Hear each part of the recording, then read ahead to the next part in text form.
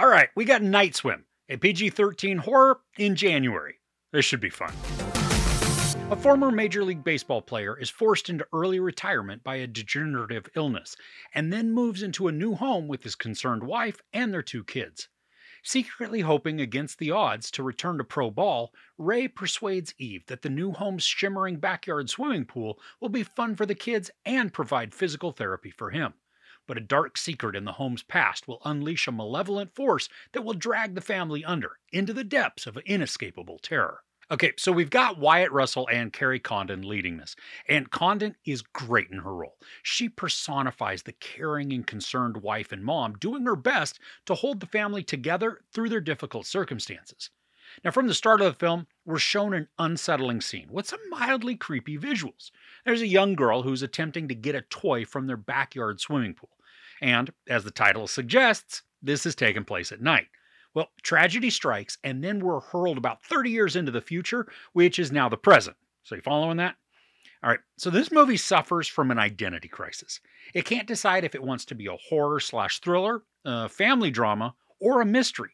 And the film could be all 3 effectively, but instead it just dabbles in each area, leaving them all wanting. Now, before I dive headlong into the negatives, and most definitely that pun was intended, there are some areas where this movie does shine. Now, first, the water scenes. There's a ton of underwater or split shots that show a character as they're in the water, but we get to see above and below.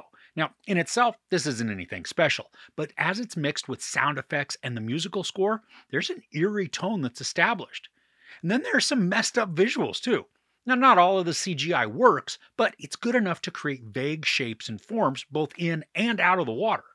And there are a few times when we get to see what's going bump in the night. I mean, I wish we could have seen more and just had the camera linger on them longer without a ton of thrashing about. I think then they could have created an even more nasty atmosphere. I also think at the heart of this, there is a genuinely upsetting premise with the plot. When we're told of what's actually going on, it's dark and it should turn your stomach. And I actually think it would if the story had really built a foundation and then entranced us with the lore. And that's really where the movie completely falls apart and fails to deliver on any of its premises. First, let's look at the horror aspect. Now, I don't think the PG-13 rating necessarily has to be a detractor from what's created. We don't need to see blood or gore in order to have shivers sent down our spines. Now, each time some tension begins to be established, it's either ruined by an obvious jump scare that's not jumpy, or the scene goes for a fake-out, which prematurely cuts any growing sensation of freakiness. And as we reach the climax of the movie, it's too little too late. A switch gets flipped to create some chaos, but because everything has already been explained, anxiety and suspense, they're doused. Now, I did appreciate the urgency that the finale creates, and I think it could have worked.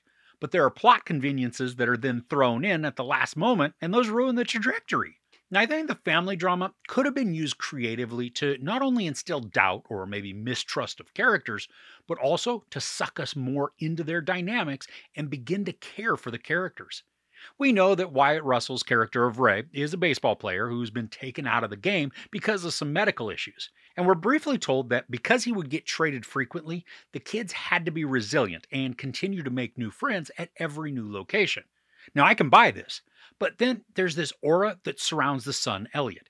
The family dotes on him with a level of concern that it feels like he's been massively abused by his dad in the past, and now the mom and his sister are especially watchful to make sure Elliot is safe. But we never get any inkling that anything untoward has gone down in the family. And I'm willing to accept that he's just a shy kid who takes longer to establish friendships. But it still doesn't explain the overprotective looks and pep talks that everybody pours on him. There's also tension between Eve and Ray, which is understandable given their circumstances, but it's never exploited to enhance the drama or the thrills. And to showcase some of those emotions that are simmering below the surface, but to not use them or even explore them, made me wonder why even include them at all. Now, probably the most interesting portion of this story is the area that unfortunately gets the least amount of attention, and that's the lore that surrounds what's happening at this family's pool. We watch Eve carrying out some research on the history of their home and the surroundings, and in less than a minute, we've blown past everything that she uncovers, getting maybe just a couple of lines of dialogue from a phone call to explain the imagery.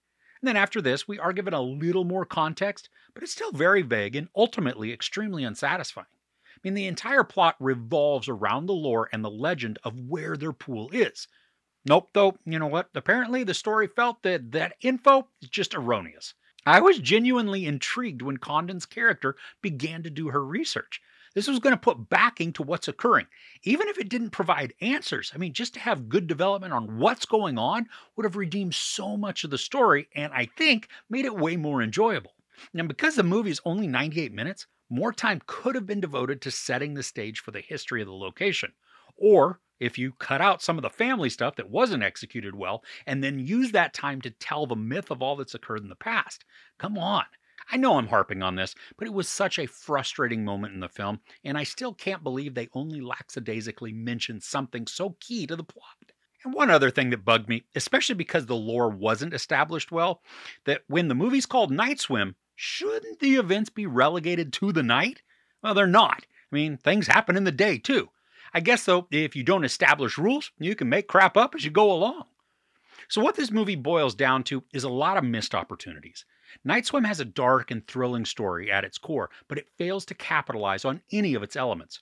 From a lack of world building through lore, ill-defined family dynamics, and less than freaky scares, this ends up more as a limp fish left in the sun, and it's already stinking. There's no sex or nudity, some profanity, and some violence. I give Night Swim 1.5 out of 5 couches. So what's a horror or thriller that came out in January that you really enjoyed? Now for me, Underwater was a massive surprise. Let me know yours though in the comments below. If you enjoyed this review, please give it a like. Also, don't forget to share and subscribe. I'm Chris. This is Movies and Munchies. Thanks for couching with me.